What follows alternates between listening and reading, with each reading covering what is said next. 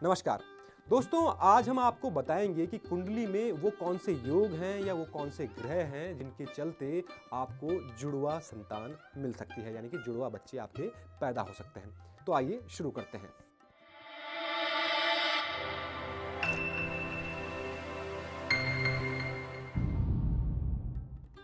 तो दोस्तों, आप अपनी कुंडली खोलिए और कुंडली में देखिए कि अगर चंद्रमा और शुक्र एक ही राशि में विराजमान है तो आपको जुड़वा संतान मिल सकती है।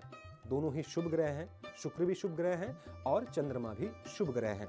इन दोनों ग्रहों का साथ में होना आपको जुड़वा संतान दिला सकता है।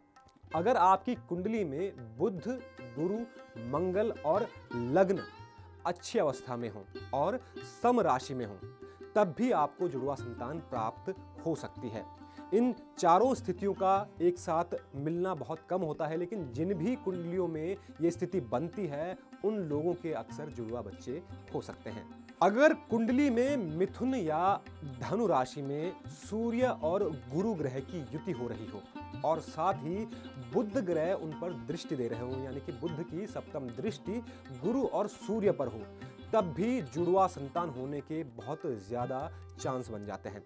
अगर आपकी कुंडली में भी गुरु और सूर्य मिथुन या धनु राशि में हैं और उन पर बुध की दृष्टि है तो आपकी भी जुड़वा संतान हो सकती है।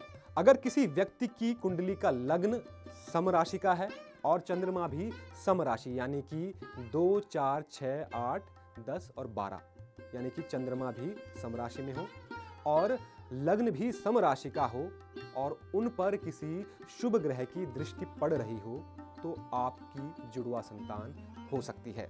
इसके अलावा दोस्तों, पंचम भाव को संतान का भाव कहा जाता है। अगर आपके संतान के भाव में 2 या 2 से अधिक ग्रह हैं तो तब भी आपके जुड़वा बच्चे होने की संभावना रहती है। हालांकि इस स्थिति में किसी शुभ ग्रह की दृष्टि आपके पंचम भाव पर पड़नी चाहिए और शुभ ग्रह या फिर अशुभ ग्रहों का एक साथ होना भी पंचम भाव में होना चाहिए, तभी ये स्थिति संभव होती है। तो दोस्तों, ये कुछ स्थितियां हैं जो दर्शाती हैं कि आपकी जुड़वा संतान हो सकती है।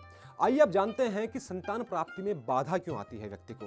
तो जब भी पंचम भाव पर क्रूर ग्रहों की दृष्टि होती है तो आपको संतान प्राप्ति में बाधाएं आ सकती हैं। इसके साथ ही अगर आपके पंचम भाव का स्वामी किसी बुरे ग्रह के साथ बैठा हुआ है या फिर जो अकारक ग्रह है कुंडली का उसके साथ विराजमान है, तब भी संतान प्राप्ति में दिक्कतों का सामना आपको करना पड़ सकता है।